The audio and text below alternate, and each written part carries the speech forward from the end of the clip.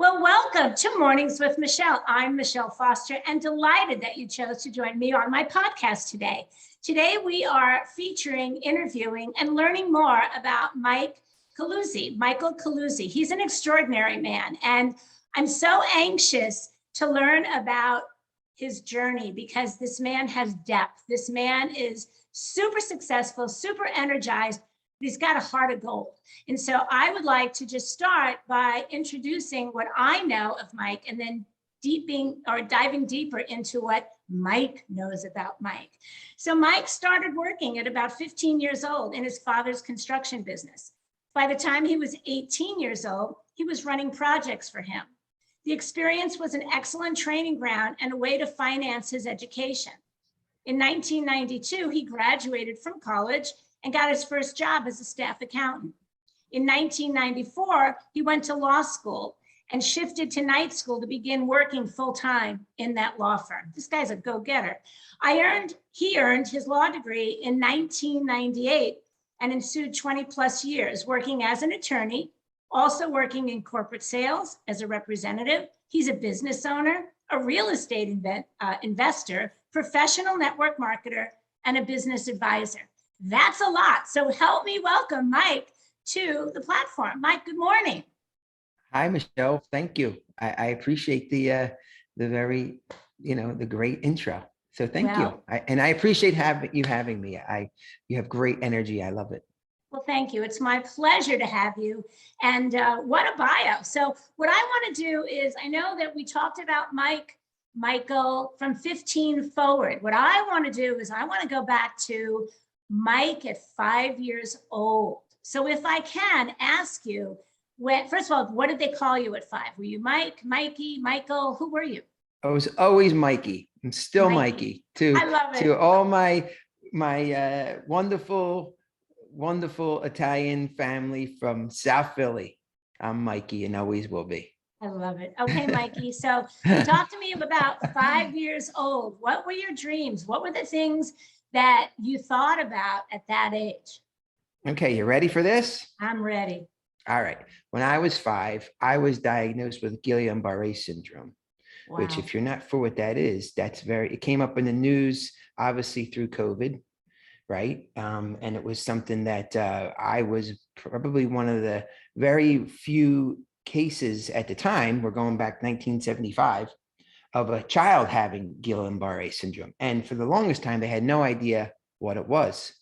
So when I was 5, I was basically in a hospital and trying to figure out how to, number one, survive. Number two, I had to learn how to do everything all over again because I was paralyzed from my toes up to my neck. Wow. I am very familiar with that disease. And wow. Keep going. Yeah. Please. Yeah.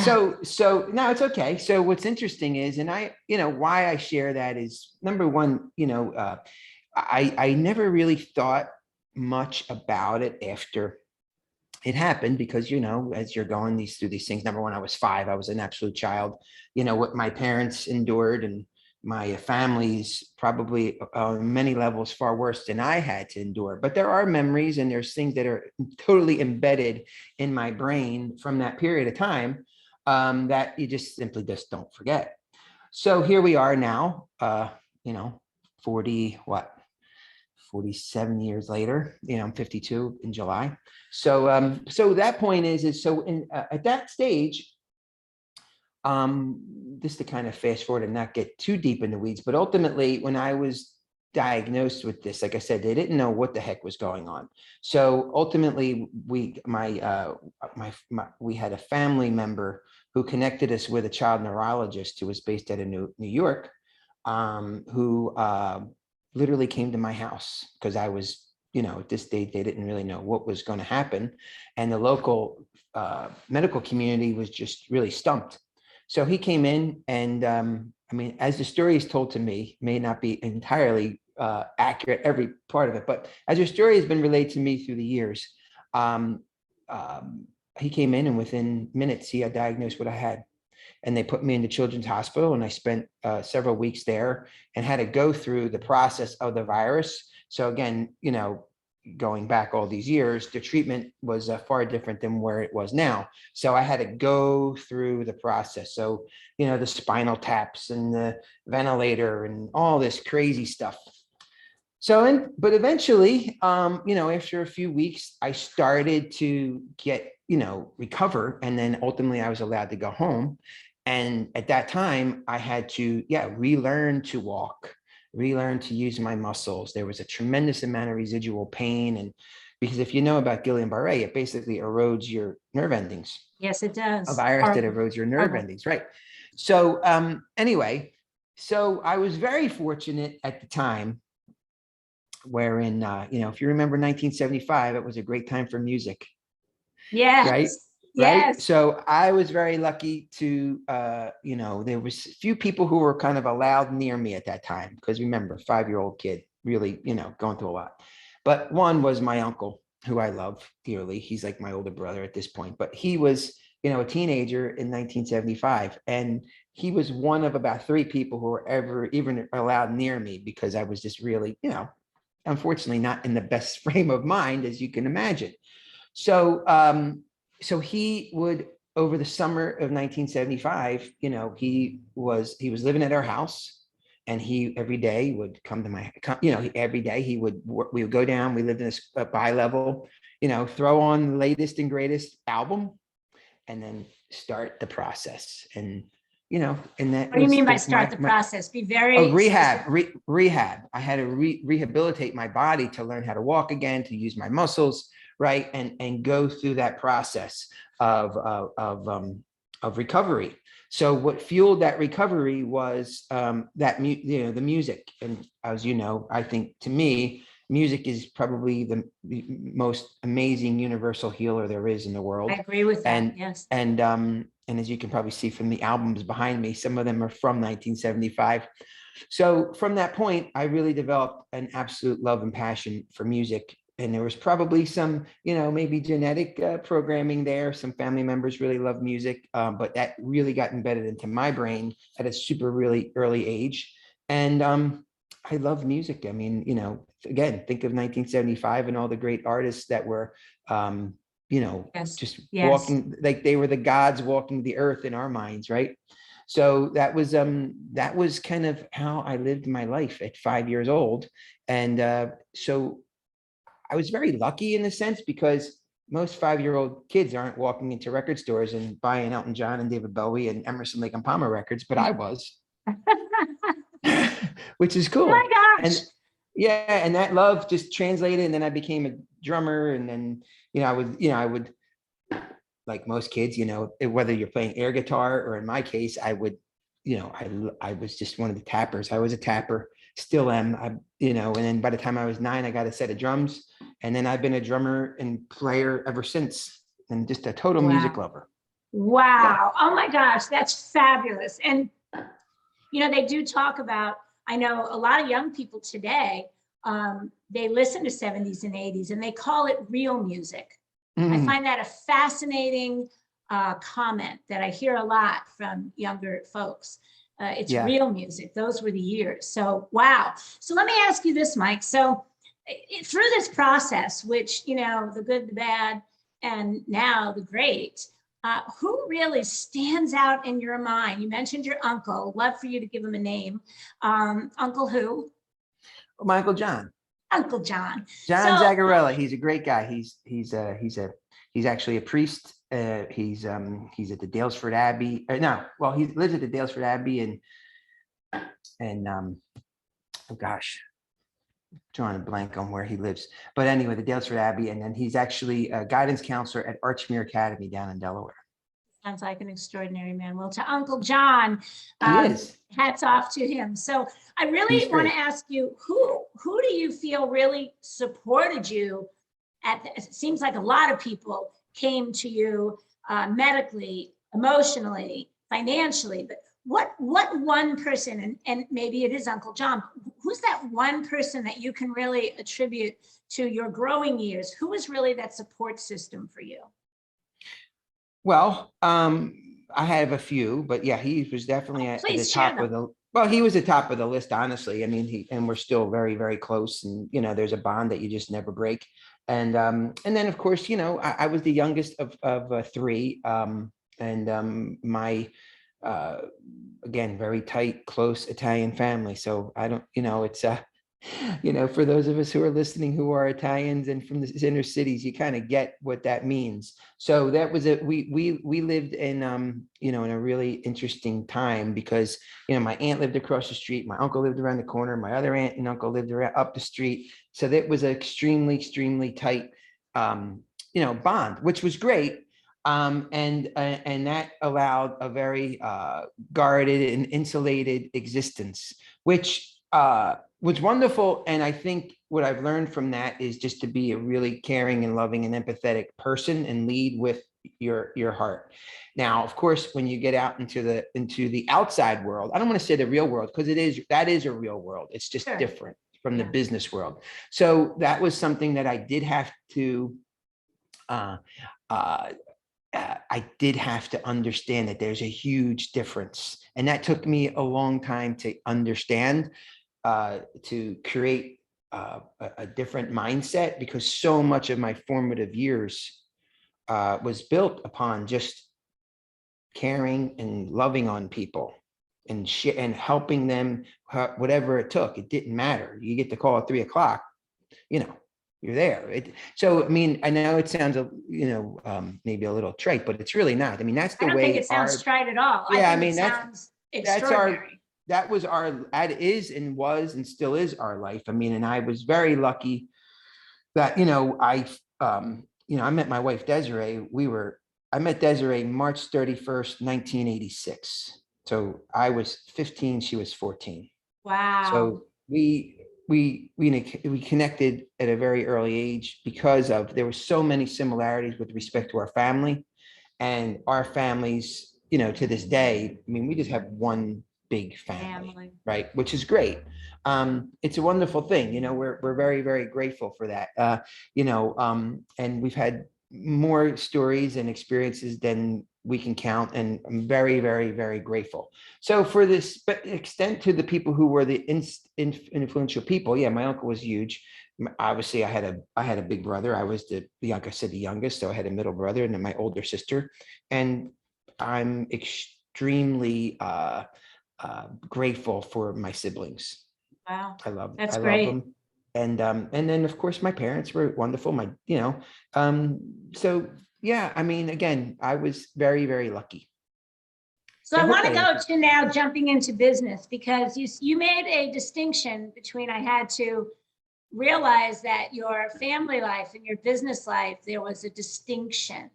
And so what I'd like you to do is explain how you've overcome either a learning curve or a failure in business, and where that distinction drew from, because you clearly made that a distinction between family and business. Please explain. Mm-hmm.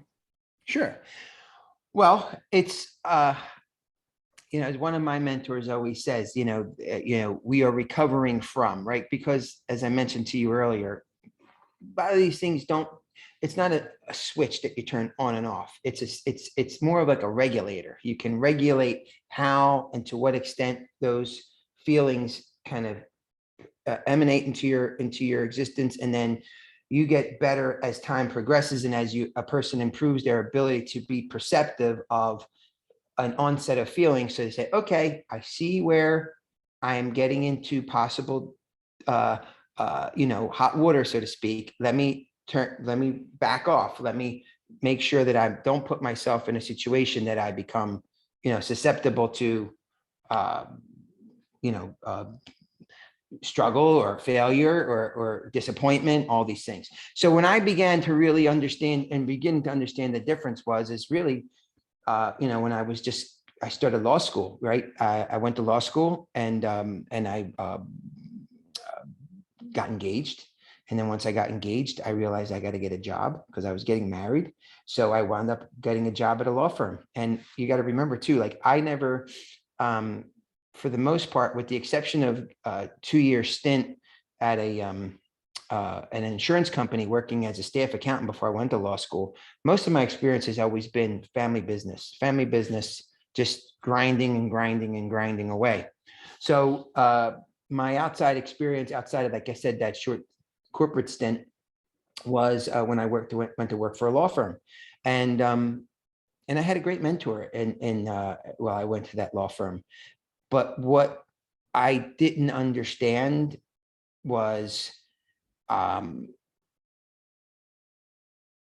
difference with respect to, in my world, you just gave who you were, and there was a very naive sense of authenticity where other people, you figure, oh geez, yeah, people are good, and I'm not trying to sound negative here, but you're not coming across negative, you're being boldly authentic. Right. So I mean, those are the types of things that I had some really hard lessons I had to learn, because it was like, wow, this is, Dorothy, you're not in Kansas anymore. That comes right to your brain right now. Give me that lesson. Well, the first, I'll just go back then. I remember, expecting people to recognize my contributions and my authentic desire to want to be part of this organization. And I thought that there would have been reciprocity as far as a level of appreciation of my efforts to be, authentically connected and really work to benefit the firm, all in. Like, right. I was so grateful to get a job in a law firm. I mean, that was really, my job interview was really the first time I even walked into a law firm. Wow. Right. So what happened? Because it sounds like that should be the way it works in the business world. Well, what happened is I just got schooled a little bit as far as I have to put my guard up, and I have to recognize that people aren't, they're not always there to worry about your self-interest. Your interest, even though you are putting forth the effort to have a collective benefit. That not a lot of people think like that, and that's a big lesson that I had to learn. And I want to be, again, very authentic, because I tell it like it is, and I really couldn't care less what people think at this stage. So it took a while for me to even understand that further. Historically, through my life and experience, I oftentimes, and I think a lot of people, overcompensate. And it may not necessarily be overcompensation due to insecurities. It may be just from cultural conditioning and just a pure, genuine generosity of recognizing that, hey, if you like yourself, you like humanity, you want to see other people thrive, you give authentically of yourself to make that work. But I hate to say it, but you have to learn to put some filters on that. Maybe that's not the right word, but maybe I was thinking filters, so maybe it is the right word. So let me ask you this: why do you think you have to put filters on? And are they still on today? Well, okay. So as far as why, I think I think the reason why you have to put the filters on is because we all have to recognize that I think most of us have a very difficult understanding of the vastness of the world, meaning, we live in a very linear, we perceive things in a linear fashion, right? We have our preconceived notions on how things should be, whether that be through social conditioning, through just education, what have you. So we have our preconceived notions as to the way things are. And for a large extent, in my opinion, the way our world was prior to the information age, right, there was an element to which that theory had some validity, because the system, that was the system. So we followed the system. I'm sure you experienced it in your corporate career or what have you, right? There was a process. But I think with respect to the evolution over, of the information age over the last, let's say, 10 years, the rules of the game haven't changed, but the time frames have changed tremendously. There's because of technology and the speed of information and the access to information, I don't think most of us as humans have caught up yet to recognize how fast information gets disseminated and how much it can impact our life instantly. And that, I think, for a lot of folks who aren't, familiar with that, that could be a real jaunting experience and can sideline a lot of us. I think that's particularly like, the Gen Xers who are going through, say, career transitions or recognizing that, Why would it wow. sideline them? Help me understand that. Well, because I think the perception of how things evolve and the speed to which things evolve, I don't think that they recognize that they have to gear up and retool and learn things to be competent, baseline competencies with respect to, say, technology or marketing or just information. I mean, I talk to lawyers all the time who, they still wish it was, 1990. Okay. Why? Well, because in my opinion, I think that number one, most of them are already overwhelmed. They're overworked. I actually think that the traditional legal model, primarily based upon my experience, I can't speak for anything outside my experience, but the small to mid-sized law firm where they're billing, they're trying to, the traditional model that I grew up with, where, there was a level of kind of where lawyers weren't more or less commoditized. I think that the traditional model to which most of us went to law school thinking how we were going to evolve is broke. I think. I may be wrong. Because of technology. Not only because of technology for a large extent. I think the fact that the access to information, white collar automation process. I'm not sure if you're familiar with that, but I don't know what that means. Okay, so I mean, white collar automation, you can look it up, but like Harvard Business they just released an article a couple months back, wherein because of the speed of artificial intelligence, because of the sophistication of computer technology, a lot of the analytical work that is being done with respect to a lot of the baseline legal work, say, for example, is being done by a computer. Okay, gotcha. Right. So, and then also I think there's elements of, because there's, like I said, there's a level of commoditization with respect to the law where most lawyers, are, they go to school to be highly trained technicians. They don't know jack about marketing, social media, business development. I mean, most of them are left brain, introverted oriented anyway. So the idea that they have to go out and generate clients is so, oh my gosh, it's like, it's like you're screeching your nails across the chalkboard for most of them. Sure. So let me ask you this, because I mean, you're in your bio, you have a lot of different loves, and little Mikey loved music. So how did that, so you're right brain, left brain, clearly. What got you, number one, interested in law, and what got you uninterested in just staying in that one tab called law on your brain called your computer? Okay, great question. So that then goes to, I think I'm I'm not unique in the sense of so many of us do things because it's what we perceive other people want us to do. And then also the problem is, for example, let's use me, right? All I wanted to do, and for the most part, I still want to do, is I love music. I mean, to me, it's just, that was inbred. So when I was a kid, I was like, I want to play music. It's all I wanted to do. Love it.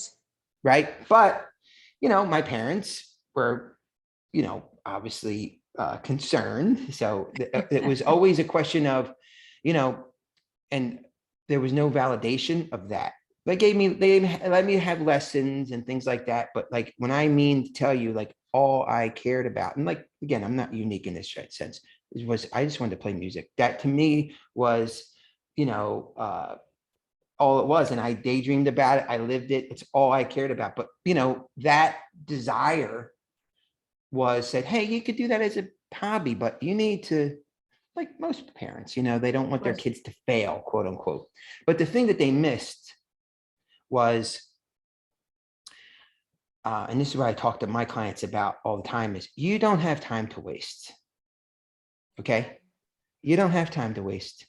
And I don't care how old you are, I coach kids young adults in their 20s, and I coach people in their 40s and their 50s.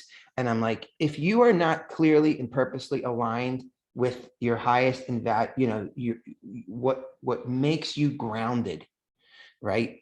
You're wasting your time. And right. So then the question is are you then willing to, pay the price unfortunately, you have to kind of go backwards, perceivingly backwards, but it's really not backwards. You have to renew is probably a better way of phrasing it. And not that many people are willing to do that. I was very, very, very lucky that, my wife and I decided in 2012, when we hired a business coach, we were like, you know what, we're just not in alignment with where we are. What can we do to change our trajectory? And, that's what got us into network marketing. That's what got us into the idea of creating an income that was leveraged, and one that we could create some flexibility in our geographic locations and even with our time spent. So, so that's kind of where we are with that. Do you still practice law? Yeah, I do. I very limited, very, very, very limited, because I'm really good at the legal work I do. I grew up in the construction world. I grew up, my dad was a builder and a developer. So, I was on sites from the time I was a kid, and, I had a real estate development company with him and my brother, and I've done a lot of interesting things. And then in 2008, when everything crashed, I had to rebuild. And the way I rebuilt was going back to doing legal work. And I was very fortunate enough to get hired with a firm where I was representing municipalities as their land use attorney. So yeah, so that was really cool. It was a great experience, and I loved a lot of aspects to it. But what drove me out of that was primarily is I realized I wasn't a politician, and I really wasn't willing to play the political game that is necessary to really excel in that world.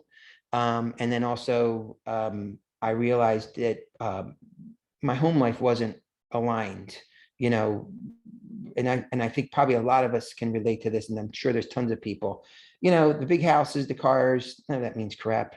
If you're unhappy, or every time you're with your spouse, you're arguing, or you don't spend time with your kids. And so to me, I was like, you know what? I would come home at night, it'd be 10:30. My wife was working as a pharmaceutical rep for a huge company. She was miserable. I was like, this sucks. We got to change. So we took bold action. And I love that you did it together, because I think one of the fears that people have of change is the people around them, or the excuse, right? Well, if I change, what about the people around me? And it's like, become that, right? Become that contagious change that people are really, really looking for. So do you believe that people watched you and your wife go through transformation and they were so inspired by you? Yes or no? I think somewhere. It's and somewhere, that's somewhere. And I know for me, my wife and I worked that business together for about 5 years until it got to the point where I knew for me, I wasn't operating at the highest and best use of myself. And we were starting to, we were relying too much on that single source of income, where all of a sudden we knew it was time for another stream, some other streams of income, but also to develop our level of consciousness and also our emotional maturity as to what it means to be a business owner. That's a huge, huge thing that unless and until you're doing it, you won't get what that means. Exactly. So, that is such a powerful statement that you just made. One of my favorite expressions that you don't know until you know. Right. So Mike, let me ask you this. We all have at least one big, hairy, audacious goal right here, right now. What's yours? What's mine?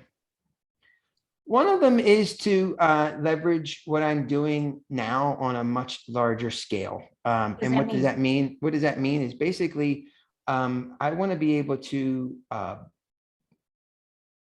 talk to large groups of people about why? Because I think that a lot of my life lessons and, that I've experienced, and I've taken so many risks and have put myself out there so many different times that I've developed a really unique level of experience that I don't think many people have. Now, I'm sure there are, but what's interesting with me, in my opinion, is that I feel that I have an innate sense to be able to express it in a way where people can relate to it. I would agree with that. I'm interviewing you today and you're extremely relatable and you articulate, you make your point very, very well. So I would agree with that 1,000%. So my audience, and we appreciate everyone that's listening on this podcast today, talk to them, tell them if there's a piece of advice that in your big, hairy, audacious goal, you have an audience that we're not even sure of how many people will listen from now until then. Right. Talk to them. Here's your platform. Well, it really boils down to things that I've already touched on, and that is you have to work to come in alignment with what it is that you feel is complete, puts you in a situation that is uniquely you, and allow yourself to lean into it, right? And give yourself that opportunity to lean into it. Now, with that said, you have to understand that whatever that particular thing is, you're going to need to definitely hone in your skills so that it could become a viable, profitable opportunity for you. And to do that, quite frankly, the best and single way to do that, in my opinion, is to invest with hiring a coach and or a mentor who has expertise in the area to which you're interested in pursuing. That investment in yourself, in my opinion, is probably the best thing you can possibly do. And I will say this too. When you're listening to podcasts, when you're listening or participating in, say, like group coaching scenarios, they're all good. There's no doubt about it, but they are passive. Fair comment. You require, in my opinion, that one-on-one level of coaching that incorporates the accountability and someone who is going to provide you with a platform to which you do the work, and there is a mutual exchange with respect to evaluating your work and your progress towards a defined goal. To me, that is probably the greatest thing you could do to advance your progress. And then I would also say, as far as timelines, recognizing that, the timeline that you initially set out as far as to achieve your goals is more than likely based upon lack of enough knowledge to make intelligent and knowledgeable, decisions. Not intelligent, that's wrong word. Make informed decisions, that's a better term. So then you have to understand that as your initial goal is fine, it gets you off the launching pad. And then you create a strategic and tactical plan to move ahead, but then revisit based upon the knowledge that you've acquired and then the changes of the circumstances. so that you can adjust. Because I find a lot of people, particularly in small business, they get committed to an idea. And then they don't realize that they don't do what's required in order to really test the idea. They a lot of times still people think like, okay, build it and they will come. It doesn't work that way, in my opinion. You're better off really being objective and analytically evaluating what your value offering is, and then seeing how the market reacts and adjusting, and then using or leveraging the experience of someone else who could help you evaluate that information as well, and then proceed forward, and then constantly reestablish your timelines so you don't necessarily get yourself frustrated. You don't wind up, getting angry with respect to things aren't quote unquote happening fast enough. Right. They have their own course. And then, Right. and then there's a lot of other things to talk about, but those are things to me are just extremely important. Sounds great. So again, if you want passive income, right, but you don't want a passive action plan to get there. So how do people reach you? So I think that you as a coach, people are going to take action with you. All right. Good. And if someone's listening to this podcast right now and they're like, oh my gosh, this is the guy for me, how do they find you? Very simple. Send me an email at mike@mikecoluzzi.com, MIKE@MIKECOLUZZI.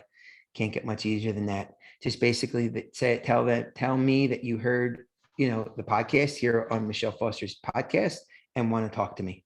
And then I'll send you a link. We'll schedule a time and we get on the horn and we talk. And there's no, I'm very authentic. I think you can probably see at that point. 100%. And I think the real key is that people just have to recognize that if they decide not to move forward with the coaching, it really doesn't have anything to do with me. It has to do with their self-talk that's holding them back to not actually make the commitment. And I will put your website, mike@mikecoluzzi.com, on my show notes. And is there anything else you'd like to share with the audience? Other than just, I appreciate you giving me the opportunity, and recognize that you could absolutely do what you really want to do. There is a process, and hiring, or mentor, or really delving into understanding how that process works can probably be the best way for you to actually achieve what you're looking to do. That's awesome. And I agree with you. It changed my life. So thank you, my audience, for tuning into Mornings with Michele today. We inspire dreams here. And Mike, you are a dreamsicle. So thank you so much for your time. Thank you. I hope that people that are really seeking to really love their lives and really live an extraordinary life find you. And I would love to bring you back and talk about some of your success stories, because I think the world needs more of a Mike Coluzzi in the world. So thank you. Well, thank you, Michele. And make it I would love it. You tell me, I'd be happy to do it. So I appreciate Thank the you. invitation, and it was a pleasure. And thank you so much for your time. Thank you.